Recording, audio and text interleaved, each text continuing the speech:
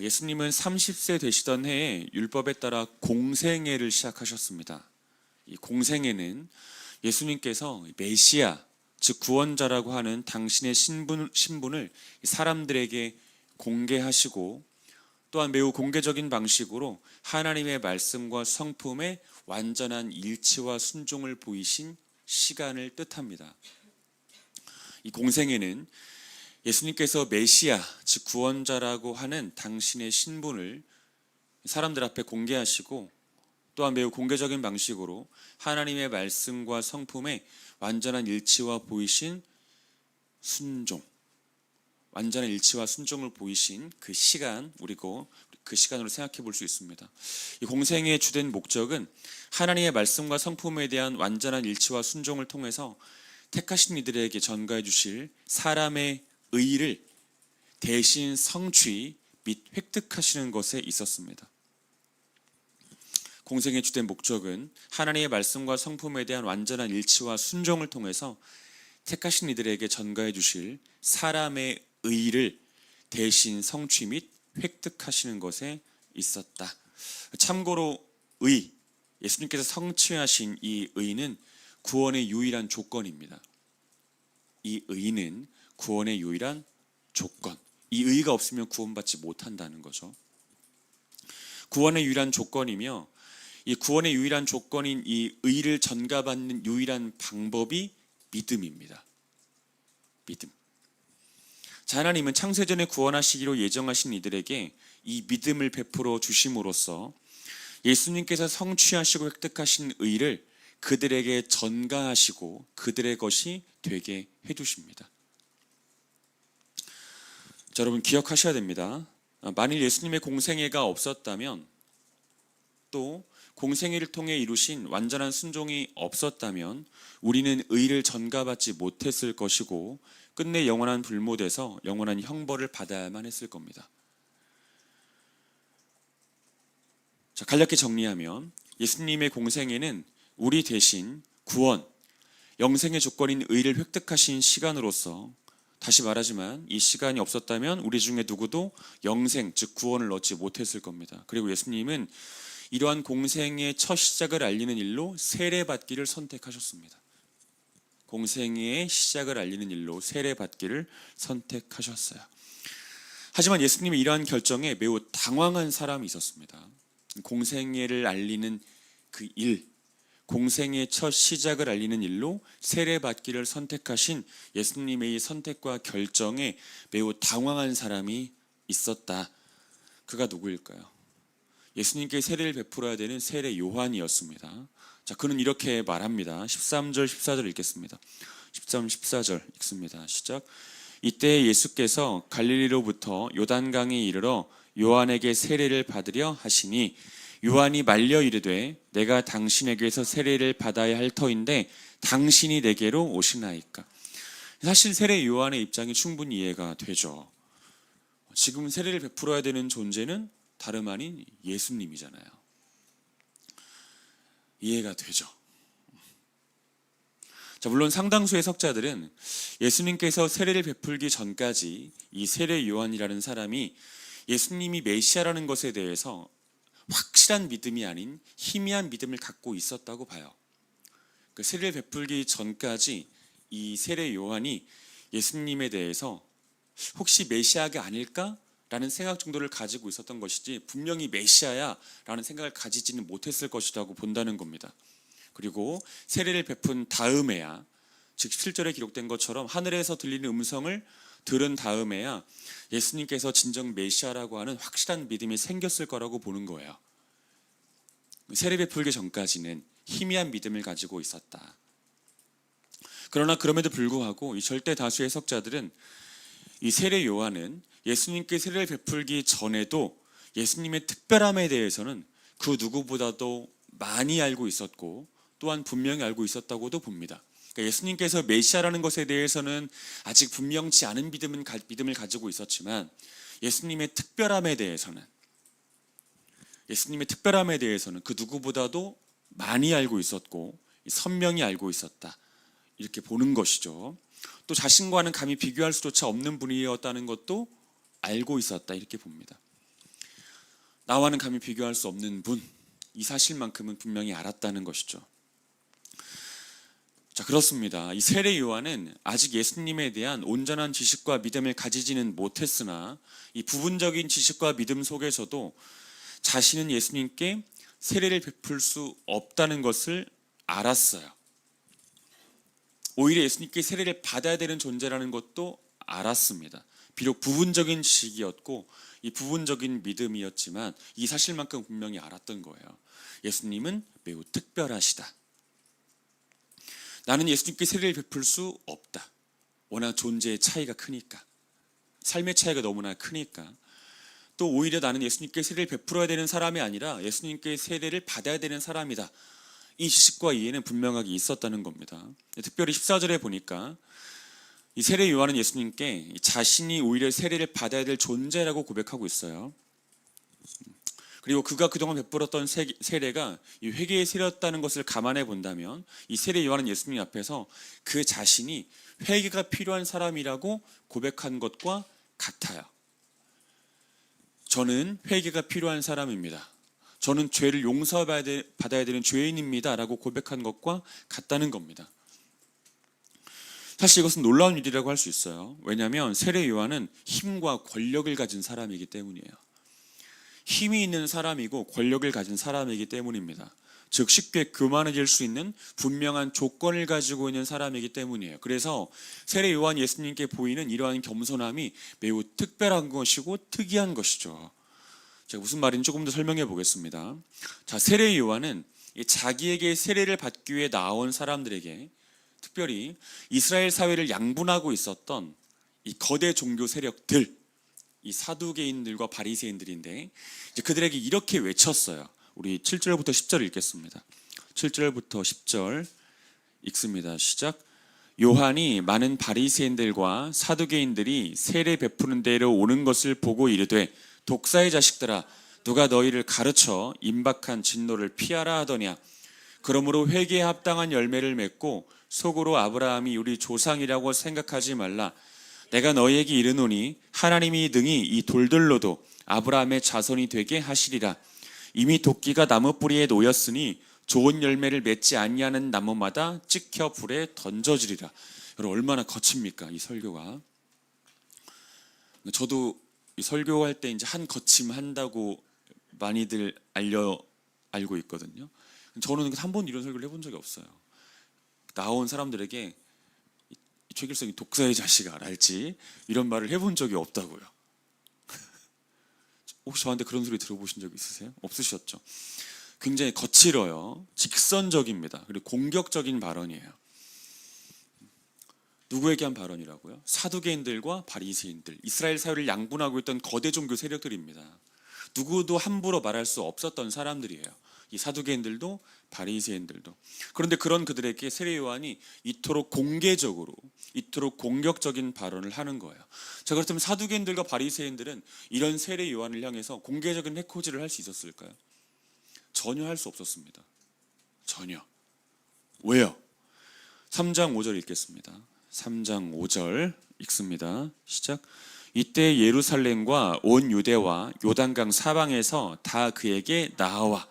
이 사두개인들과 바리새인들이 공개적으로 행해지는 자신들을 향한 공격적인 발언 속에서도 그 발언의 당사자인 세례 요한에게 그 어떤 해코지도 할 수 없었던 것은 세례 요한 주변에 너무나 많은 사람들이 있었기 때문이에요. 너무나 사람들이 많았습니다. 그는 너무나 많은 사람들을 이끄는 사람이었던 거죠. 여러분 동서고금을 막론하고 하나의 종교 단체, 종교 집단에 있어 이 숫자라고 하는 것은 가장 큰 힘이고 가장 큰 권력이에요. 이 숫자는 가장 큰 힘, 가장 큰 권력입니다. 여러분들이 생각하는 큰 교회는 어떤 교회예요? 사람들이 많이 모이는 교회가 흔히 사람들이 이야기하는 큰 교회입니다. 그럼 사람들이 적게 모이는 교회는요? 흔히 말하는 작은 교회예요. 이 사람들은 그 교회에서 하는 어떤 신앙 고백이나 그 교회가 가지고 있는 어떤 스피릿, 그런 것을 가지고 또한 하나님을 향한 의존의 크기, 이런 것을 가지고 그 교회가 크다 작다를 말하지 않습니다. 숫자가 많으면 큰 교회, 숫자가 많으면 힘을 가진 교회, 숫자가 많으면 권력을 가진 교회 이렇게 생각하는 거죠. 동서고금을 막론하고 다시 말하지만 이 종교 단체들에게 있어 숫자는 말 그대로 힘과 권력이에요. 그리고 세례 요한은 그것을 가진 사람입니다. 그것을 가진 사람. 상당히 많은 수의 제자들을 가지고 있었고요. 굉장히 많은 수의 추종자들을 가지고 있는 사람이 바로 세례 요한이었습니다. 그리고 그런 숫자를 가진 세례 요한에게 비록 이스라엘 사회를 양분하고 있었던 사두개인들과 바리새인들이라고 하더라도 함부로 대할 수 없었던 거죠. 함부로. 자, 더불어 이 세례 요한은 하나님의 말씀과 성품의 일치를 보이기 위해서 자기가 얻을 수 있었던 것들을 기꺼이 포기했던 사람입니다. 자기가 얻을 수 있었던 것들, 이걸 기꺼이 포기했던 사람이에요. 제사장이라고 하는 신분을 포기했죠. 제사장이 먹는 떡인 진설병을 포기했습니다. 그리고 아버지 사가랴가 확보해 놓았던, 또한 획득해 놓았던 이 사회의 좋은 평가와 평판들, 그리고 많은 사람들 역시도 포기했습니다. 메뚜기와 석청을 먹었고요. 낙타 털옷을 입었습니다. 광야를 선택했습니다. 세례 요한이 포기한 것들과 선택한 것들이죠. 여러분, 숫자와 마찬가지로 복음을 위해 무엇인가를 포기하고 희생한 이력은 이 자랑거리를 넘어서 그 자체로 힘이요 무기예요. 하나님과 복음을 위해서 무엇인가를 포기한 이력, 이 이력을 가진 사람은 단순히 자랑거리를 가진 사람이 아니라 힘을 가진 사람이고 이 무기를 가진 사람입니다.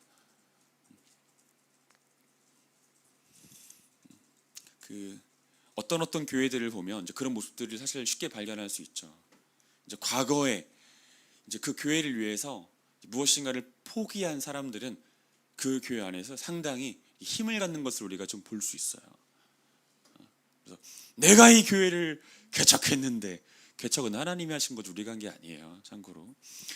내가 이 교회를 개척했는데, 내가 이 교회를 위해서 얼마나 많이 기도했는데, 내가 이 교회를 위해서 얼마나 많이 헌물했는데, 얼마나 많이 땀을 흘렸고 수고했는데, 얼마나 많은 것을 포기했는데, 이런 말들을 거침없이 하는 거죠. 그리고 그것으로 자기의 지위를 유지하고 확보하고 획득하는 거죠. 복음을 위해서, 이 교회를 위해서, 하나님을 위해서 무엇인가를 포기한 이력, 희생한 이력, 이 자랑거리를 넘어선 힘 자체, 무기 자체입니다. 세례 요한은 그것을 가진 사람이죠. 숫자를 가진 사람이고요. 그리고 충성스러운 이력을 가진 사람입니다. 힘, 권력, 무기 다 갖춘 사람이에요. 그런데 세례 요한은 그 모든 것들 속에서도 결단코 교만하지 않았습니다. 그는 겸손했어요. 그리고 겸손했습니다. 또 겸손했고 다시 또 겸손했습니다. 세례 요한은 겸손했어요. 그리고 그가 가진 그러한 겸손은 그가 하나님께 속한 사람이라는 매우 분명한 증거였습니다. 여러분, 마태복음 11장 29절에 보면 하나님이신 예수님께서 자기 자신을 겸손한 존재로 소개하십니다. 나는 온유하고 겸손하다라고 소개하시죠. 사랑하는 여러분, 저 여러분 모두가 한치도 교만해지지 않기를 바랍니다. 우리가 가지고 있는 그 알량한 무엇인가를 통해서 스스로 교만한 자리에 앉으려는 시도하지 않기를 바랍니다. 그 비루한 것을 가졌다고 해서 그것을 우리들의 키를 한 자라도 높이는 일이 없기를 바라요. 자, 이미 아시는 분들이 계시겠지만 예수님은 세례 받으시는 것으로 공생애를 시작하셨어요. 하지만 공생애를 마치실 때까지 그 누구에게도 세례를 베푸시지 않았습니다. 공생애를 받으시는 것으로 공생애는 시작하셨으되, 세례 받으시는 것으로 공생애는 시작하셨으되, 공생애를 마치실 때까지 그 누구에게도 세례를 베푸시지 않았어요. 오늘 제가 좀 말이 살짝 꼬이더라도 오늘 제가 잠을 한숨도 못 자고 좀 나온 상태라서 살짝 지금 그러니까 이해해 주세요. 아무튼 베풀지 않으셨습니다. 공생애가 끝날 때까지. 그리고 세례 베푸는 일은 요한복음 4장 2절과 또한 마지막 지상명령으로 일컬어지는 마태복음 28장 19절에 기록된 것처럼 오직 자신의 제자들과 그들을 통해서 세워질 이 땅 교회들에게 허락해 주셨어요. 이 세례라고 하는 것은 그들의 몫으로 부여해 주신 겁니다. 그들의 몫으로. 예수님께서 직접 행하시지 않고 제자들을 통해 세워질 교회의 몫으로 허락해 주셨어요. 왜 그러셨을까? 이것에 대해서는 크게 세 가지 중요한 이유가 있다고 봅니다. 정리해 보면 다음과 같아요. 첫 번째는 예수님께 직접 세례를 받은 이들의 교만과 우월함을 차단하기 위해서 이렇게 봅니다. 예수님께 직접 세례를 받은 사람이 있어요. 예를 들어. 근데 예수님께 직접 세례를 받지 못하고 베드로에게 세례를 받은 사람이 있다고 칩시다. 그리고 베드로가 아니라 우리가 잘 언급하지 않는 다데오랄지 이런 제자들에게 세례를 받은 사람이 있다고 쳐요. 그럼 누구에게 세례를 받은 사람이 가장 좀 어깨에 힘이 좀 들어가겠습니까? 당연히 예수님께 세례 받은 사람이 어깨에 힘이 들어갈 수밖에 없죠. 그러시지 않겠습니까, 여러분? 예수님께서는 이런 교만과 우월감을 차단시키시기 위해서 직접 세례를 베푸시지 않았다, 이렇게 보는 견해가 있는 거예요. 두 번째 견해는 이런 견해입니다. 이 제한된 공생의 기간 속에서 세례보다 말씀 전파에 힘을 쏟으시기 위해 세례를 직접 베푸시지 않았다, 이런 견해가 있는 거죠. 이 제한된 공생의 기간 속에서 세례보다는 말씀 전파에 힘을 쏟기 위해서 그 선택과 집중, 이런 차원에서 세례는 행하시지 않았고 말씀 전파에 몰입하셨다, 이렇게 보는 겁니다. 세 번째는 제자들과 그들을 통해 세워질 교회에 이 권위와 책임을 부여하시기 위해서 직접 세례를 베푸시지 않고 그들에게 세례의 권한을 넘기셨다, 위임하셨다, 이렇게 보는 겁니다. 그리고 우리는 세 가지 이유 중에 마지막 이유에 조금 더 주목해 볼 필요가 있어요. 예수님께서 이 교회의 세례를 허락하신 매우 중요한 이유는 이 삼위일체 하나님의 일들 중에 몇 조각을 감당해야 될 그 교회들에게 권위를 허락하시기 위해서입니다. 권위.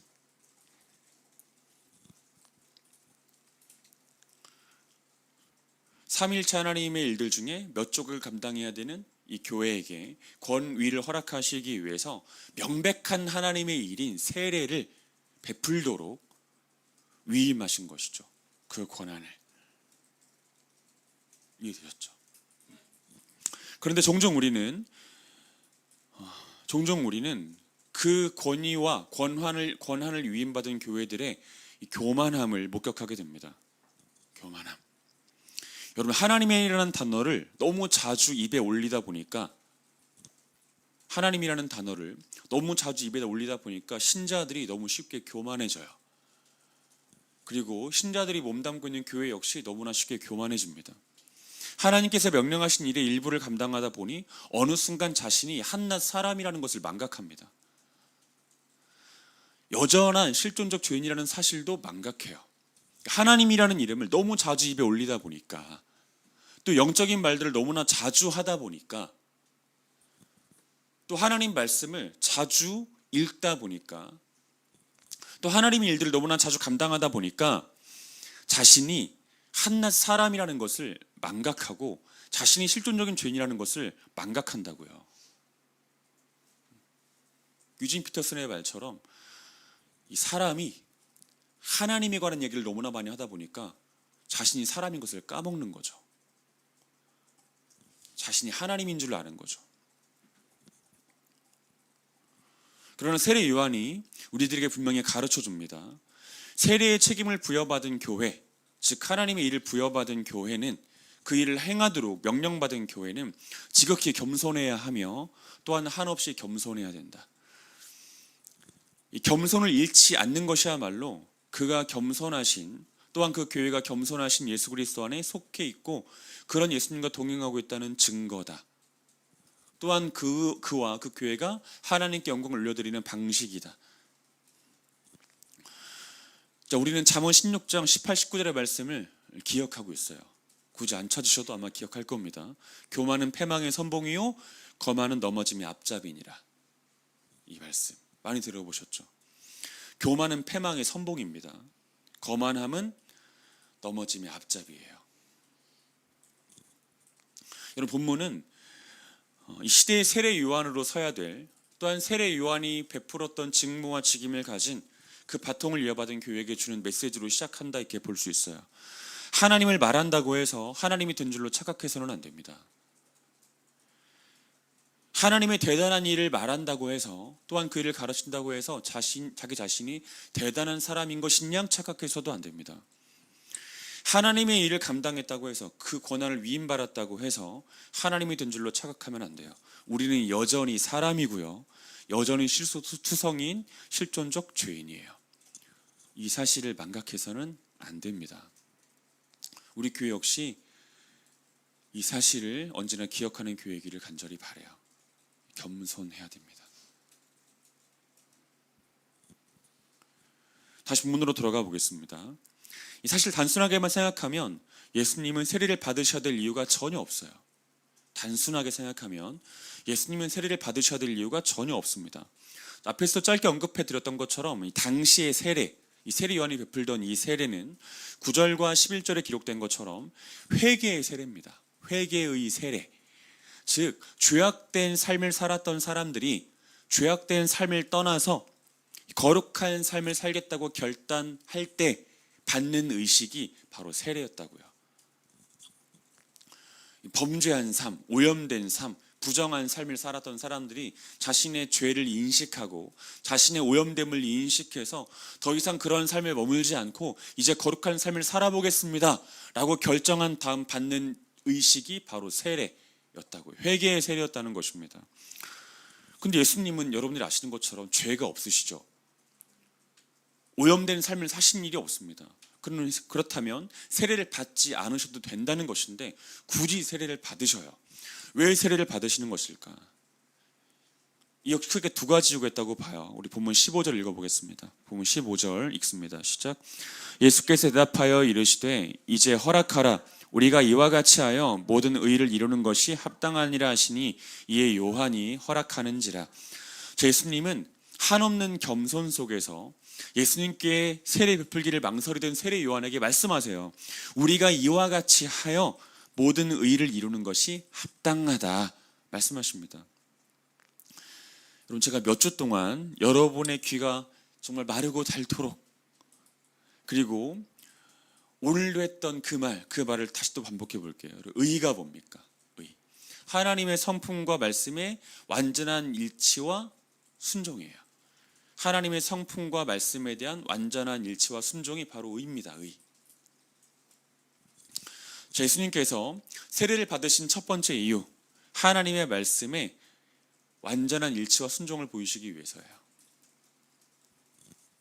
하나님의 말씀에 완전한 일치와 순종을 보이시기 위해서입니다. 즉 구약 성경에 이 세례라고 하는 것이 담겨 있기 때문에 구약 성경에 담겨 있는 이 세례라고 하는 것을 친히 성취하시고자, 그리고 그 말씀에 순종하시고자 세례를 받으신 거라고요. 자, 그렇다면 구약 성경에 세례를 명령하신 구절은 어디에 있을까? 사실 구약 성경 어디에도 이 세례라는 단어가 직접 명시적으로 기록되어 있지는 않습니다. 구약 성경 어디에도. 혹시 여러분들이 구약 성경 읽다가 세례라는 단어를 본 것 같으신 분들이 계시다면 정신을 잘 못 차리고 보신 거예요. 구약 성경 어디에도 세례라는 단어가 명시적으로 기록되어 있지는 않아요.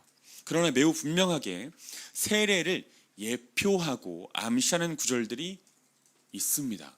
그리고 그 중에 우리가 두 구절을 좀 찾아볼 텐데, 출애굽기 29장 4절과 29장 7절이에요. 출애굽기 29장 4절과 같은 장 7절입니다.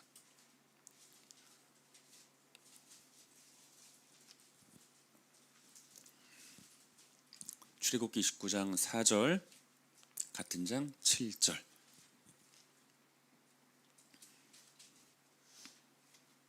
같이 읽어보겠습니다. 연달아 읽겠습니다.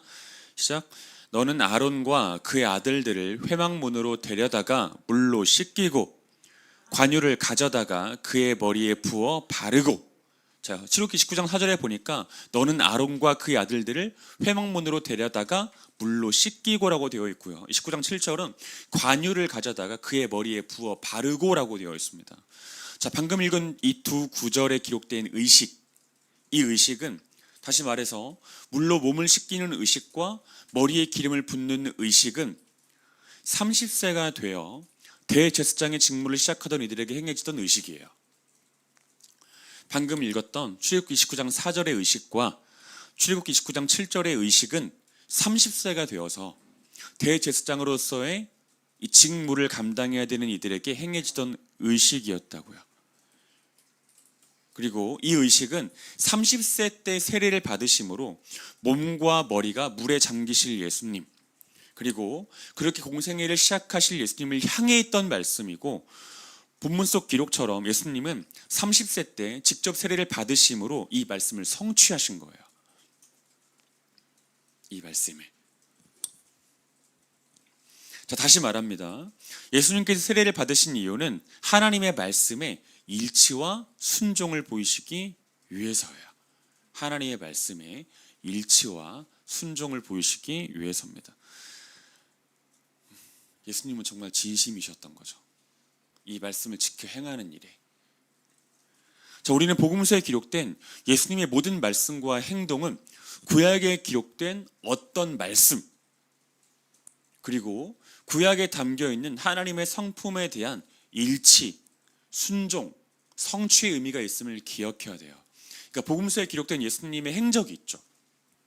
우리가 앞으로 한 3년 동안 살펴보게 될 예수님의 행적, 예수님의 말씀, 행적, 이 모든 것들은 구약에 기록되어 있는 어떤 말씀인가에 대한 성취입니다. 그리고 구약 성경 전반에 담겨 있는 하나님의 성품에 대한 일치와 순종이에요.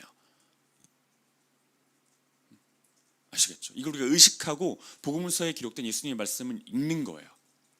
그래서 제가 여러분들에게 이 어바웃 예수님이라는 설교를 진행할 때마다 사실 이 말씀을 굉장히 자주 할 겁니다. 자주 말씀드릴 거예요. 예수님의 이러한 말씀과 이러한 행동은 구약 성경에 기록된 어떤 말씀에 대한 일치와 순종, 성취의 의미가 있다. 자주 이 말씀 드리게 될 겁니다. 여러분, 히브리서 10장 7절 보겠습니다. 히브리서 10장 7절. 히브리서 10장 7절 읽겠습니다. 히브리서 10장 7절입니다. 시작. 이에 내가 말하기를 하나님이여 보시옵소서, 두루마리 책에 나를 가리켜 기록된 것과 같이 하나님의 뜻을 행하러 왔나이다 하셨느니라. 이에 내가 말하기를 하나님이여 보시옵소서, 두루마리 책에 나를 가리켜 기록된 것과 같이 하나님의 뜻을 행하러 왔나이다. 이렇게 말씀하시죠. 예수님께서 이 땅에 성육신하셨을 때 가지고 계셨던 생각을 히브리서 기자가 이야기해 주는 거예요. 예수님은 진심이셨습니다. 하나님 말씀을 성취하고 그 말씀과 성품에 일치와 순종을 보이는 삶, 이것에 진심이셨어요. 그리고 그 예수 그리스도께 영접된 사람들 역시 이러한 열망을 가지고 있어요. 이러한 열망.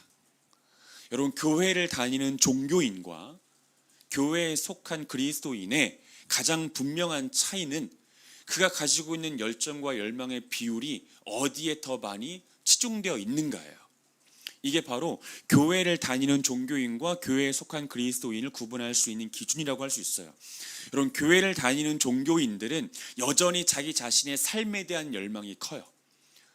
건강한 삶에 대한 열망이 크고요. 부자로서의 삶에 대한 열망이 큽니다. 교회를 다니는 종교인들이 갖고 있는 모습이에요. 그리고 철저히 자기 중심적인 삶을 살고 자기 중심적인 해석만을 만들어내죠. 이 교회를 다니는 종교인들의 모습이에요. 하지만 교회에 속한 그리스도인들의 열망은 하나님의 말씀에 일치된 삶을 보이는 것, 그것을 향해 있고요. 하나님의 말씀에 어찌하든 순종하는 것, 거기에 있어요. 이게 교회에 속한 그리스도인들의 모습입니다. 하나님 말씀에 일치를 보이고 싶어 해요. 비록 그의 삶이 완전히 따라오지는 못하지만 하나님 말씀에 순종하고 싶어 해요. 비록 그의 삶이 온전치 못하지만 이게 교회에 다니는 종교인들과 교회에 속한 그리스도인의 차이입니다. 예수님께서 보여주신 모습이 그래요. 사랑하는 여러분, 예수님은 다시 말씀드리지만 하나님 말씀의 일치와 순종을 보이시기 위해서 세례를 받으셨어요. 30세가 되어 대제사장의 직무를 시작할 때 대제사장의 직무를 시작하는 이들이 행해야 되는 의식을 직접 행하심으로, 이 의식을 받으심으로 당신의 말씀을, 대제사장으로 취임하시는 임명되시는 당신의 모습을 사람들 앞에 보이셨고 그 말씀을 성취하셨다. 이 생각을 우리가 꼭 잊지 않으셔야 됩니다. 기억하십시오. 하나님 말씀에 대한 일치와 순종. 그래서 세례를 받으셨어요. 자, 그러나 예수님께서 세례를 받으신 이유를 단지 그것만이라고 단정해서는 곤란해요. 그것만 있는 것은 아니니까. 예수님께 세례를 받으신 중요한 이유를 한 가지 더 말씀을 드리도록 하겠습니다. 자, 다시 말하지만 예수님은 공생애를 시작하실 때 친히 세례를 받으심으로 대제사장 직무를 시작하는 이들에게 해당되는 말씀인 출애굽기 29장 4절 7절의 일치와 순종을 보여주셨어요. 그리고 그 말씀에 일치와 순종을 보이심으로써 예수님 자신이, 즉 당신께서 구약시대의 대제사장들이 예표했던 바로 그 대제사장, 구약시대에 있었던 대제사장들이 예표했던 바로 그 대제사장이라는 것을, 즉 완전한 대제사장이요 마지막 대제사장이라고 하는 것을 사람들 앞에서 공개적으로 드러내셨습니다. 그래서 많은 학자들은 예수님의 세례 받으시는 이 장면을 예수님의 대제사장으로서의 취임식, 임명식이라고까지 이야기를 해요. 예수님은 세례 받으심으로 대제사장으로서 공식적으로 취임하신 겁니다. 성부 하나님으로부터 임명되신 거예요. 그렇다면 여러분, 대제사장은 누굽니까? 그럼 뭐 하는 존재인가요? 대제사장은 누구이며 무엇하는 존재인가? 간단히 정리해 볼게요. 여러분, 선지자 혹시 들어보셨습니까? 선지자. 선지국은 들어봤는데 선지자는 잘 못 들어보셨죠? 선지자. 선지자는 어떤 사람입니까? 하나님을 대리하여 택하신 이들에게 나아가는 사람이 선지자예요. 하나님을 대리하여 택하신 백성들에게 나아가는 이들이 선지자입니다. 그럼 대제사장은요? 대제사장은 택하신 모든 이들을 대표하여 하나님께 나아가는 사람이에요. 자, 선지자가 하나님을 대리하여 택하신 백성에게 가는 사람이라면 대제사장은 택하신 이들을 대표하여 하나님께 가는 사람이에요. 아침이지만 구분이 되셨죠? 그렇다면 대제사장은 또 무엇하는 존재일까? 무엇하는 사람일까? 주로 하는 직무는 무엇일까? 여러분, 선지자가 하는 직무는 택하신 백성들에게 하나님의 말씀을 전하는 거예요. 하나님 말씀을 전하고 하나님의 백성들 안에서 그 말씀이 잘 지켜지고 있는지를 감시하는 겁니다. 선지자의 직무예요. 감시하는 거예요. 이 말씀이 이 백성들의 삶 가운데 잘 이루어지고 있는지 이 불꽃 같은 눈으로 감시하는 겁니다. 감시. 그리고 그 말씀이 택하신 백성들 안에서 변질되지 않도록, 또 퇴색되거나 망각되지 않도록 보존하는 책임, 이 책임을 선지자들이 가지고 있어요. 선지자들이. 그럼 대제사장들은요? 어떤 직무를 가지고 있을까? 이들은 택하신 모든 이들을 대표하여 하나님께 중보합니다. 택하신 모든 이들을 대표하여 하나님께 중보해요. 그들 대신 아른다는 거예요. 하나님 앞에. 또 그들의 죄의 용서와 하나님과의 화목된 관계를 위해서 정해진 제사를 드립니다. 속죄제와 화목제죠. 이 정해진 제사를 드리는 것이 대제사장의 직무예요. 택하신 백성들을 대표하여 그들을 위한 중보를 지속하는 것, 그리고 그들의 죄 용서와 하나님과의 화목된 관계를 위해서 정해진 제사, 속죄제와 화목제를 드리는 것, 대제사장의 직무입니다. 대제사장의 직무.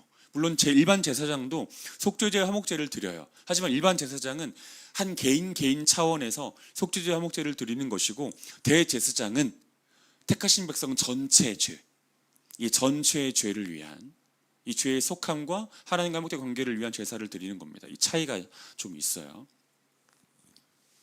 즉 택하신 이들은 비록 그 자신이 택함받은 존재이기는 하지만 여전한 그들의 죄들로 인해서 거룩하신 하나님께 직접 나아갈 수가 없기 때문에 하나님께서 그들을 위해서 택하신 백성 중에 한 사람을 구별하셔가지고 대제사장으로 뽑으십니다. 뽑으세요. 그리고 그들을 구별하신 그들을 거룩하게 하세요. 거룩하게 하셔서 거룩하신 하나님 아버지 앞에 나아가 중보하게 하시는 겁니다. 저럼 다 여러분들은 택하신 백성이라고 저는 믿어요. 저는 그렇게 믿습니다. 믿어요. 근데 여러분들이 그렇다고 해서 죄가 없는 사람들은 아니죠. 택하신 백성들이 맞고 칭의의 은혜를 받은 사람들인 것은 맞을지 몰라도 여러분들의 삶은 여전히 부정해요. 그래서 여러분들은 하나님 아버지 앞에 직접 나아갈 수가 없어요. 하나님은 거룩하시고 여러분들은 부정하기 때문에 하나님 아버지 앞에 여러분들이 다이렉트로 갈 수 있는 방법은 없습니다. 그렇게 했다간 죽어요. 하나님 아버지 앞에 직접 나아갈 수 없다고요. 이건 천국에서도 마찬가지예요. 하나님께 직접 가지 못해요. 성부 하나님께. 근데 하나님께서는 그들과 교제하시고 싶어 하셨고 그들에게 구원을 베풀어 주고 싶어 하셨고 그들을 돌보고 싶어 하셨어요. 비록 부정한 그들이지만 그래서 그들의 대표자를 세우신 겁니다. 그래서 그 대표자를 통해서 그들에게 은혜를 베풀어 주시고 그들에게 사랑을 공급해 주시는 거예요. 그들을 위한 일을 하시는 겁니다. 그들 중에 대표를 뽑으셔가지고 그 대표가 바로 대제사장이라고요. 대제사장. 이 대제사장은 택하신 백성들, 죄로 인해서 오염되어서 하나님께 직접 아뢰일 수도 없고 직접 기도할 수 없는 그들을 대표해서 중보합니다. 대신 나뢰요. 대신 구해요. 그들의 형편, 처지, 간구, 소원에 대해서 대신 아뢰어 드립니다. 성부 하나님께. 이걸 우리가 중보라고 해요. 중보. 대신 아뢰어 드려요. 또한 이 대제사장들은 다시 말하지만 택하신 백성들의 죄 용서를 위해서 속죄제를 그들과 하나님과의 화목을 위해서 화목제를 대신 드립니다. 그들을 대표하여 그들을 대신하여 속죄제와 화목제를 드려요. 대제사장의 직무예요. 이게 대제사장의 직무. 그리고 거듭 말하지만 예수님은 요단강에서 세례를 받으시는 것으로 대제사장에 관한 그 말씀을 성취하사 자신이 대제사장이심을 공개적으로 드러내셨고 또한 당신께서 앞으로 하실 일이 어떤 것인지에 대해서도 분명히 가르쳐 주셨어요. 당신이 하실 일. 어떤 일 하시겠다는 겁니까? 세례받음을 통해서 어떤 일 하시겠다고 말씀하신 거예요. 중보와 제사요. 이 일을 하시겠다고 말씀하신 거라고요. 너희를 위한 중보, 너희를 위한 제사 내가 하겠다고 말씀하신 겁니다. 이 당신의 계획을 보여주신 거예요. 또한 당신의 직무를 보여주신 겁니다. 요단강의 세례를 받으시는 것으로. 자, 그런데 히브리서 기자는 여기에 더해서 우리에게 다음 같은 사실을 추가해서 증언해줘요. 우리 히브리서 6장 20절 보겠습니다. 히브리서 6장 20절. 히브리서 6장 20절입니다. 읽겠습니다. 시작. 그리로 앞서가신 예수님께서 멜기세덱의 반차를 따라 영원히 대제사장이 되어 우리를 위하여 들어가셨느니라. 히브리서 기자는 예수님이 대제사장이신데 그냥 대제사장이 아니라 어떤 대제사장이라고 고백하고 있습니까? 영원히 대제사장이라고 고백하고 있어요. 영원한 대제사장이에요. 그 히브리서 기자는 이렇게 얘기하는 거예요. 요단강의 세례를 받으신 예수님은 우리들의 대제사장이시다. 그러나 그냥 대제사장이 아니라 영원한 대제사장이시다. 그리고 히브리서 기자는 그의 책 히브리서를 통해서 무려 5번이나 반복해요. 예수님 영원한 대제사장이라고 5번이나. 매우 중요한 메시지로 던지는 거죠. 그리고 히브리서 기자의 이와 같은 반복되는 증언, 즉 예수님을 영원한 대제사장이라고 말한 것은 크게 2가지 의미를 갖는 것인데 첫 번째는 십자가 죽음의 영원 무한한 효력이에요. 십자가 죽음의 영원 무한한 효력입니다. 자, 2000년 전 예수님은 갈보리산 가장 높은 곳에서 죽으셨어요. 갈보리산 가장 높은 곳에서 죽으셨습니다. 어떻게 죽으셨습니까? 온몸이 찢어졌어요. 온몸이 터졌어요. 모든 물과 피가 다 쏟아졌어요. 그렇게 죽으셨습니다. 십자가의 죽음을 당하셨어요. 그러니까 우리는 너무 이렇게 어렸을 때부터 십자가 너무 많이 들어가지고 예수님이 십자가에 죽으셨다고 해도 별다른 감흥이 없어요. 별로 양심에 찔리는 것도 없고 웃습니다. 오히려. 예수님이 이렇게 죽으셨어요. 온몸이 찢기고 터지는 죽음, 모든 물과 피가 쏟아지는 십자가의 죽음을 당하셨습니다. 왜 이런 죽음을 당하신 거예요? 자, 널리 알려진 것처럼 이것은 1차적으로는 신명기 21장 22절 23절 말씀에 대한 성취예요. 신명기 21장 22절 23절 말씀에 대한 성취. 여러분, 신명기 21장 22절 23절은 어떤 말씀이 기록되어 있습니까? 이 죄인들 중에서도 우상 숭배자들과 같은 최악의 죄인들이 있어요. 죄인들 중에서도 우상 숭배자들 같은 최악의 죄인들이 있습니다. 근데 그 죄인들은 어떤 형벌을 감당해야 되냐면 나무에 달려 죽어야 돼요. 나무에 달려 죽어야 됩니다. 그 죽음과 수치를 당해야 돼요. 이게 최악의 죄인들에게 정해진 율법적 형벌이에요. 그리고 예수님께서 갈보리 산 위에서 십자가 달려 죽으신 것은 이 말씀에 대한 성취입니다. 그러니까 최악의 죄인들, 그 죄인들을 위한 대속적 죽음, 이 의미가 있는 거죠. 예수님 십자가에서의 죽음은. 최악의 죄인들이 누구예요? 우리예요. 여러분, 세상에서 말하는 최악의 죄인은 사람을 죽이고 뭐 이런 건 아닙니까? 근데 성경에서 말하는 최악의 죄인은 하나님의 말씀에 비껴서 있는 사람이에요.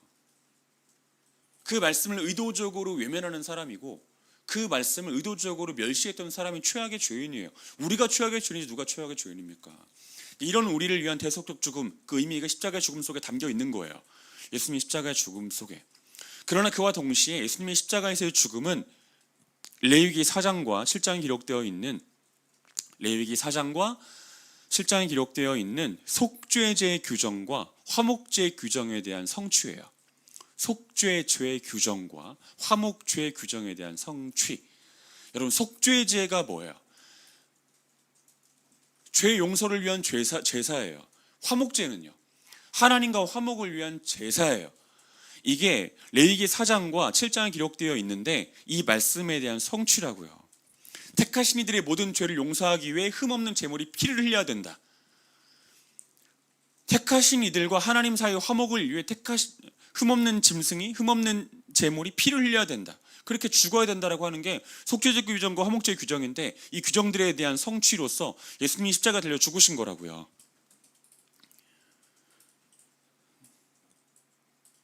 속죄죄, 화목죄, 그 제사들에 대한 성취, 그래서 십자가 달려 죽으셨어요. 그리고 그런 이유로 이 개혁교회의 많은 사람들은 예수님의 십자가에서의 죽음을 단순히 십자가에서의 죽음이라고 말하지 않고 십자가 제사라고 말합니다. 십자가 제사. 그런데 여러분 생각해 보세요. 십자가의 죽음, 십자가의 제사를 감당하신 분이 누구예요? 예수님은 예수님인데 어떤 예수님이십니까?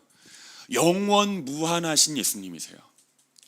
영원하시고 무한하신 예수님이시라고요. 이 십자가 제사를 감당하신 분이 영원하신 분이시고 무한하신 분이에요. 영원한 제물이고 무한한 제물입니다. 그리고 이것은 곧 십자가 제사의 효력 역시 영원하고 무한하다는 것을 말해주는 거예요.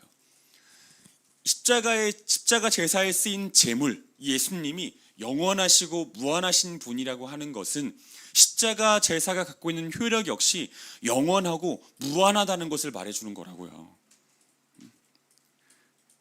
그리고 히브리서의 기자는 이와 같은 사실을 다음같이 기록해요.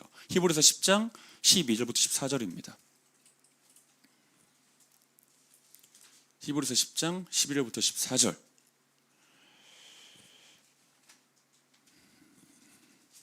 읽겠습니다. 시작. 오직 그리스도는 죄를 위하여 한 영원한 제사를 드리시고 하나님의 우편에 앉으사 그 후에 자기 원수들을 자기 발등상이 되게 하실 때까지 기다리시나니 그가 거룩하게 된 자들을 한 번의 제사로 영원히 온전하게 하셨느니라. 한 번의 제사로, 단 한 번의 제사로 영원히 온전하게 하셨다고 기록하고 있죠. 사랑하는 더바이블교회 성도 여러분, 영원 무한하신 예수 그리스도를 기억하세요. 그리고 그분이 이루신 영원 무한한 효력을 가진 십자가 제사도 기억하세요. 자, 히브리서 기자가 요단강에서 세례를 받으심으로 대제사장으로 취임하신 예수님을 영원한 대제사장이라고 소개하는데 영원한 대제사장이라 예수님을 소개하시는 첫 번째 이유는 예수님께서 이루셨던 십자가 제사가 영원하고 무한하다는 의미를 갖는 것. 예수님은 당신의 세례 받으심을 통해서 이것을 가르쳐 주셨다 하는 점을 여러분들이 잊지 않으셔야 됩니다. 십자가 제사의 효력이 영원하기 때문에 택하신 이들은 두 번 다시 속죄제와 화목제를 드릴 필요가 없어요. 짐승을 잡아서. 이 효력이 영원하기 때문에 우리가 지금 짐승을 안 잡는 거예요. 십자가 제사의 효력이 영원하니까. 뭐 혹시 요즘에 소 잡아요? 요즘엔 소 안 잡아요. 이 제사의 효력이 영원하니까 두 번 다시 속죄제와 화목제를 드리지 않는 겁니다. 우리가 또 십자가 제사의 효력이 무한하기 때문에 택하신 이들이라면 그가 누구든지 하나님과 화목되는 거예요. 그가 어떤 죄를 범했든지 그 죄를 용서받는 거예요. 십자가 제사의 효력이 무한하기 때문에 그가 누구든지 하나님과 화목되는 것이고, 택하신 자들이라면 그가 어떤 죄를 지었던 하나님께 용서받는 겁니다. 택하신 자들이라면. 십자가 제사 효력이 무한하니까. 이 사실을 여러분들이 기억하셔야 됩니다. 자, 예수님은 당신의 세례를 통해서 당신이 영원한 대제사장이심을 드러내셨고, 영원한 대제사장이신 당신께서 영원 무한한 효력을 갖는 십자가 제사를 그의 공생애를 통해서 이루실 것을 천명하셨어요. 기억하십시오. 마지막 메시지입니다. 자, 히브리서 기자는 요단강의 세례를 받으신 그 예수님을 영원한 대제사장이라고 말하는데, 그것은 예수님의 대제사장으로서의 직무 중 어떤 것이 영원하다는 것을 말해주는 거예요. 그 직무 중 어떤 것이 영원하다. 그 영원한 직무가 뭐예요? 바로 중보예요. 중보의 영원한 지속. 이 중보가 영원하다는 것을 말해주는 겁니다. 히브리서 7장 24절부터 25절입니다. 히브리서 7장 24절부터 25절 읽겠습니다. 히브리서 7장 24, 25. 예수는 영원히 계심으로 그 제사장 직분도 갈리지 아니하느니라. 그러므로 자기를 힘입어 하나님께 나아가는 자들을 온전히 구원하실 수 있으니 이는 그가 항상 살아계셔서 그들을 위하여 간구하심이라. 그가 항상 살아계셔서 그들을 위하여 간구하신대. 이게 중보예요. 중보. 여러분, 방금 읽은 것처럼 히브리서 기자가 예수님을 영원한 대제사장이라고 기록한 것은 예수님께서 대제사장의 직무인 택하신 이들을 향한 중보를 영원히 지속하신다는 뜻이에요. 택하신 이들을 향한 중보를 영원히 지속하신다는 뜻입니다. 여러분들이 구원 칭의의 은혜를 받을 때까지만 중보하시고 그 다음부터는 중보 안 하시는 것이 아니고 영원히 지속된다고요. 이 중보가. 여러분 잘 들으세요. 우리는 예수님의 십자가 제사로 인한 영원 무한한 효력을 누리는 사람들이에요. 우리 모두는 다 예수님의 단 한 번의 십자가 제사, 그 제사가 갖고 있는 영원 무한한 효력을 우린 누리고 있어요. 그래서 우리는 더 이상 속죄제와 화목제를 드리지 않습니다. 짐승도 안 잡아요. 그리고 우리들의 죄가 어떤 죄든지 간에 그 죄를 용서받는 것이고, 우리가 어떠한 모습을 보든지 간에 하나님과 화목된 거예요. 그 효력을 누리며 사는 사람들이란 말입니다. 우리는. 그러나 매우 안타깝게도 우리는 그 십자가 제사의 영원 무한한 효력을 누리며 삶에도 불구하고 여전히 범죄해요. 배은망덕하게도. 여전히 범죄하고 여전히 실수하며 여전히 죄성에 편승해 살아요. 항상 죄성에 손을 들어준다고요. 죄성의 손을. 여러분 혹시 올림픽 같은 그 시즌이 열리는 시즌이 되면은 방송에 중계를 해주잖아요. 근데 이제 그 우리나라 선수가 누가 봐도 이겼어요. 누가 봐도 우리나라 선수가 더 잘했습니다. 그리고 승리해야 돼요. 근데 이게 심판의 편파 판정으로 인해 가지고 다른 나라 선수의 손이 올라갑니다. 그럴 때 여러분은 어떻게 해요? 어떤 생각이 드십니까? 아유 억울해 라는 생각이 들죠. 속상해 라는 생각이 들죠. 근데 여러분들 진정 그리스도인이 봤다면 죄성에 손을 들어주는 여러분들부터 생각하셔야 돼요. 우린 그렇게 살아갑니다. 자, 이것은 그리고 곧 무엇을 의미하냐면 우린 날마다 하나님의 공의로운 성품을 자극해요. 하나님의 진노를 자극합니다. 다시 말해서 하나님을 약올리는 거예요. 날마다요. 하나님의 공의로운 성품을 자극하고 날마다 하나님의 진노를 재촉해요. 날마다. 아닌 사람 이 중에서 누가 있습니까? 여전히 범죄하고 있고 여전히 실수하며 여전히 죄성의 편승에 살아간다는 것은, 여전히 죄성에 손을 들어주며 산다는 것은 이런 의미예요. 하나님의 공의로운 성품을 날마다 자극하고 하나님의 진노를 자극하고 하나님 화 한번 내보세요라고 하나님을 놀리는 거라고요. 그리고 또 하나님과 아무런 사귐, 교제, 사랑을 누리지 못한 채로 또 성화의 가능성을 논할 수 없는 상태로 살아간다는 것을 의미해요. 죄성의 편승을 살아간다는 것은 그것을 의미하는 겁니다. 또 그런 우리가 드리는 모든 기도, 모든 예배, 모든 사역 역시 하나님께 아무런 영광이 될 수 없다는 것을 의미해요. 하나님께서는 기본적으로 거룩한 것을 받으시는 분이에요. 오염된 것을 안 받으십니다. 하나님은 거룩하시니까. 그리고 오염되지 않은 것만 당신의 영광으로 취하시는 분이에요. 그런데 우리가 비록 십자가 제사의 완전한 효력 가운데 삶을 살아가고 있기는 하지만 여전히 오염된 삶을 살아가고 있다면 우리들이 드리는 기도나 예배나 사역 역시 하나님께서 받으실 만한 것이 아니게 되는 거라고요.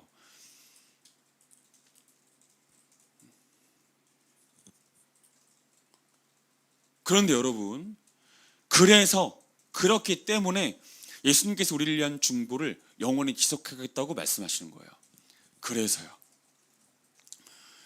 제가 자꾸 설교 시간에 여러분들에게 막 잘 들으세요, 명심하세요, 잊지 마세요 이런 얘기 자주 하죠. 진짜 잘 들으세요. 잘 들으셔야 됩니다. 자, 영원 무한하신 예수님의 중보로 인해서, 영원 무한하신 예수 그리스도의 이 영원 무한한 중보로 인해서 우리는 우리에게 주어진 법적 의인이라고 하는 신분을 보존하고 유지할 수 있어요. 법적 의인이라는 신분, 여러분들이 거저 얻은 그 신분이요, 아무 노력도 하지 않았는데 그냥 여러분들에게 주어진 그 신분이요, 예수님 똑바로 믿지도 않고 예수님께 제대로 결단도 하지 않았지만 예수님께서 여러분들에게 일방적으로 베풀어 주셨던 법적 의인이라고 하는 그 신분이요, 그 신분이 여전히 보존될 수 있고 유지될 수 있는 것은 예수님의 중보 때문이에요. 그 영원 무한한 중보 때문에. 어떤 사람들은 마치 우리들의 순종과 충성이 그 법적 의인이라고 하는 신분이 지속되는데 마치 쓰이는 것처럼 이야기를 하지만 전혀 그렇지 않습니다. 우리에게 주어진 법적 의인이라고 하는 신분은 예수님의 영원 무한한, 예수님의 여전히 지속되고 있는 중보 때문에 보존되고 유지되는 것이에요.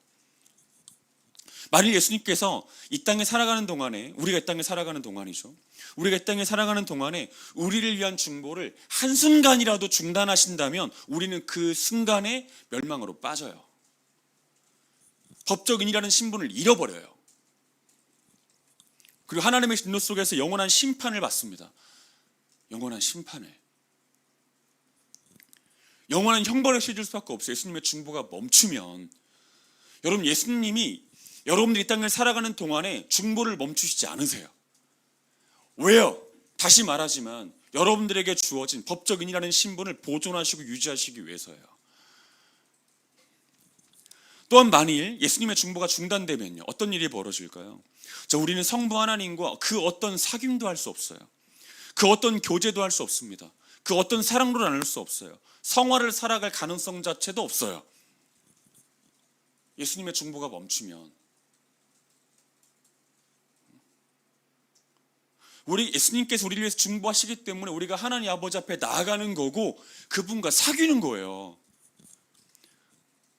그분과 교제하는 겁니다. 그분과 사랑을 주고받는 거예요. 예수님의 중보 때문에. 우리가 성화의 삶을 살아가죠. 점진적 성화의 삶은. 돼지꼬리처럼 성화되잖아요, 우리가. 예수님의 중보가 있기 때문에 우리가 그 성화의 삶을 살아갈 수 있는 겁니다. 예수님의 중보 없으면 다 추락이에요, 우리는. 비유하자면 예수님의 중보는 마치 강력한 오른손과 같아서 법적 의인이 되었음에도 여전히 범죄하고 실수하고 허물로 점천될 삶을 살아가는 이들을 완벽하게 붙잡아다가 성부 하나님과의 사귐 앞으로 데려다 놔요. 성부 하나님의 교제 앞으로 데려다 놔요. 성부 하나님의 사랑 앞으로 데려다 놔요. 그리고 끝내 그것이 이루어지도록 만들어 놔요. 추락해버리는 그를 붙잡아다가 다시 한 번 더 올려놔요. 성화의 삶을 살도록. 그래서 돼지꼴인 거예요. 그리고 마지막으로 만일 예수님의 중보가 중단된다면요, 우리의 모든 기도, 여러분들이 드리는 모든 기도요, 그 모든 기도는 오염된 종교의식 그 이상도 이하도 아니게 돼요. 예수님의 중보가 아니면. 우리가 드리는 예배 역시 마찬가지예요. 오염된 종교의식 그 이상도 이하도 아니게 됩니다. 예수님의 중보가 아니면. 예수님의 중보가 아니면 우리들의 사역 역시 오염된 종교의식 그 이상도 이하도 아니에요. 이런 겁니다. 예수님께서 우리가 기도할 때 예수님께서 우리와 함께 기도하신단 말이에요. 성부 하나님께. 우리와 함께. 그래서 오염된 우리들의 기도를 받아달라고 성부 하나님께 간청하는 거예요. 예수님이요. 우리의 기도는 형식도 제대로 갖추어지지 않은 기도고 구색조차 제대로 갖추어지지 않은 기도지만, 우리들의 욕망과 죄성이 그대로 투영된 기도지만, 그 기도가 성부 하나님께 올라가는 비결은 예수 그리스도의 중보 때문이라고요. 여러분, 우리가 예배를 드리잖아요. 하나님 앞에. 이 예배 하나님께서 받으십니까? 안 받으십니까? 받으시죠. 저는 그렇게 믿어요. 근데 그렇다고 받을 만한 예배라고 생각하지는 않아요. 어떻게 우리가 드린 예배가 하나님께서 받으실 만한 예배가 됩니까? 설교하는 저부터가 죄투성인데요. 어떻게 예배가 하나님께서 받으실 만한 예배가 되겠냐고요. 근데 예수님께서 우리가 예배할 때 하나님의 보좌 우편에서 우리들의 예배를 품고 성부 하나님께 기도하고 계시기 때문에 성부 하나님께서 이 예배를 하나님의 영광으로 받아주시는 거예요. 예수님의 중보가 멈추면 이 예배도 성부 하나님께 오염된 종교의식 그 이상 이하도 아니게 돼요. 우리들의 사역도 마찬가지입니다. 제가 안타까운 게 뭐냐면, 마치 우리가 잘 준비했기 때문에 하나님께서 받으실 수 있다는 생각을 가지고 있는 사람이 너무나 많다는 게 문제인데, 안타까운 거죠. 사랑하는 여러분, 예수님의 중보 때문이에요. 다. 우리가 법적 의인이라고 하는 신분을 여전히 유지할 수 있고 보존할 수 있는 이유도, 우리가 다시 말해서 숱한 죄악 속에서도 직결 심판받지 않는 이유도요. 하나님 모르겠습니다. 하나님 안 믿어집니다. 하나님 이해되지 않습니다. 하나님 뜻대로 안 살겠습니다. 하나님 어디 있는데요? 라고 하는 내적인 음성을 하나님께 계속 바라지만, 그럼에도 불구하고 하나님께서 이런 우리들을 목을 치지 않는 이유는 예수님의 중보 때문이라고요. 그런데 우리는 그 예수님의 중보에 대한 의식 없이 살아가요. 그냥 하나님이 날 사랑하시기 때문에 날 심판하지 않는 것이지, 난 택함 받은 백성이기 때문에 심판받지 않는 것이라고만 생각하는 거죠. 하지만 그렇지 않다고요. 예수 그리스도의 중보 때문이라고요. 그런데 우리는 예수 그리스도의 중보에 대한 아무런 의식도 지식도 없이 살아가는 것이죠. 사랑하는 여러분, 히브리서 기자는 예수님을 향하여 영원한 대제사장이라고 말합니다. 요단강에서 세례를 받으심으로 대제사장으로 취임하신 그 예수 그리스도를 향하여 히브리서 기자가 영원한 대제사장이라고 말해요. 이 이야기는 대제사장의 직무 중 어떤 것을 영원히 감당하신다는 뜻이고요. 영원히 감당하시는 직무 중에 하나가 바로 이 중보예요. 중보. 여러분, 다른 건 다 잊어버려도 여러분들 한 주간을 살아갈 때 기억해야 되는 건, 여러분들이 한 주간을 살아갈 수 있는 이유가 예수님의 중보 때문인 것만은 기억하셔야 돼요. 다른 건 잊어버려도 이건 기억하셔야 됩니다. 네. 여러분들이 하나님 아버지 앞에 나와서 예배할 수 있는 이유, 여러분, 우리가 하나님께 예배할 자격을 갖춘 사람들입니까? 제가 너무나 통탄스럽고 안타까운 것 중에 하나가 뭐냐면, 우리는 하나님 아버지 앞에 예배할 때 마치 우리가 예배할 자격을 갖춘 사람인 것처럼 예배해요. 그런 자세로 나옵니다. 어떻게 그런 자세로 나올 수가 있습니까? 하나님 앞에 예배하러 나올 때 우리가 자격을 갖췄습니까? 단 한 끝이라도? 단 한치라도? 그렇지 않아요. 근데 우리는 예배를 드리고 있어요. 지금 무엇 때문이에요? 예수 그리스도의 중보 때문이에요. 성자 예수 그리스도께서 성부 하나님께 비록 범죄한 이들이지만 하나님 앞에 나와서 예배할 수 있도록 대신 구해 주셨기 때문에 성부 하나님께서 허락하셔서 우리가 예배의 자리에 나온 거예요. 우리가 하나님 아버지 앞에 기도하죠. 우리가 기도할 수 있는 사람들입니까 본래? 우리가 무엇으로 기도할 수 있는데요? 우리가 무엇을 잘했게 하나님께 기도할 수 있는데요? 우리가 뭐 대단한 순종을 본 적이 있습니까? 여러분, 우리들의 말을 잘 한번 분석해 보세요. 우리들의 말은 온갖 자기 중심성으로 점철되어 있어요. 나밖에 몰라요. 그런데 그런 우리들로 하여금 하나님께서 기도하게 하시죠. 또 우리들의 기도회 중에 어떤 것을 또 응답해 주기까지 하시죠. 왜 때문이에요? 예수 그리스도의 중보 때문이에요. 근데 이 중보가 영원히 지속된다고 이야기하는 겁니다. 사랑하는 여러분, 나중에 여러분들이 혹여 천국에 가시거들랑 여러분들이 예수님께 감사하다고 고백해야 될진데, 예수 그리스도의 완전한 십자가 제사, 그 제사를 말씀드리면서 감사를 표하시면서 동시에 이 중보에 대해서도 예수님께 감사하셔야 돼요. 주님의 중보 때문에 제가 여기 왔습니다 라고 말하셔야 돼요. 주님의 중보 때문에 가신 겁니다. 그곳까지. 여러분 제가 이 말을 하고 설교를 마칠게요. 여러분의 가족 혹은 여러분들의 자식 중에 유독 약하고 못나고 좀 꺼드럭대는, 그리고 또 좀 반항하고 이런 자식들 있죠. 근데 그런 자식을 향한 부모 마음이 더 타요. 그런 자식에 대해서. 그리고 더 구하게 되고요. 더 엎드리게 돼요. 그리고 더 강한 엎드림과 더 강한 구함 속에서 그는 비로소 자녀의 모습을 갖추게 되죠. 비록 사람의 구실을 할 수 있게 된다고요. 우리들의 죄가 끝이 없어요. 오염이 끝이 없습니다. 우리들의 존재의 오염이.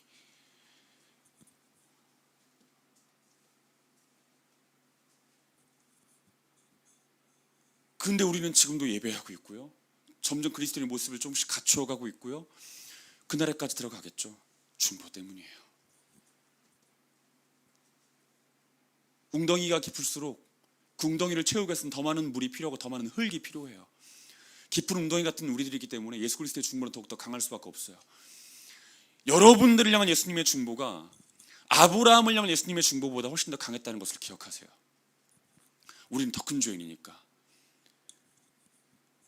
중보의 농도와 밀도, 이걸 따질 수 있는지는 모르겠지만 감히 그것을 생각해 본다면 우리들에게 그 밀도와 농도가 가장 진했다는 것도 기억하세요. 잊어버리지 마세요. 그 중보 때문에 우리가 살았습니다. 우리가 다음 한 주 지내고 우리가 다음 주일에 이곳은 아니구나, 다른 곳에서 다시 얼굴 볼 수 있다면 그 이유는 예수님의 중보 때문이에요. 잊지 마세요. 제발요. 여러분들이 건강해가지고 지금까지 산 게 아니에요. 중보 때문이에요. 믿음 좋아서 천국 가신 게 아닙니다.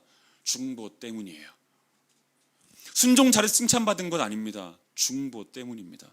영원한 대제사장으로 취임하신 예수 그리스도의 이 영원 지속적인 사역, 중보 때문에.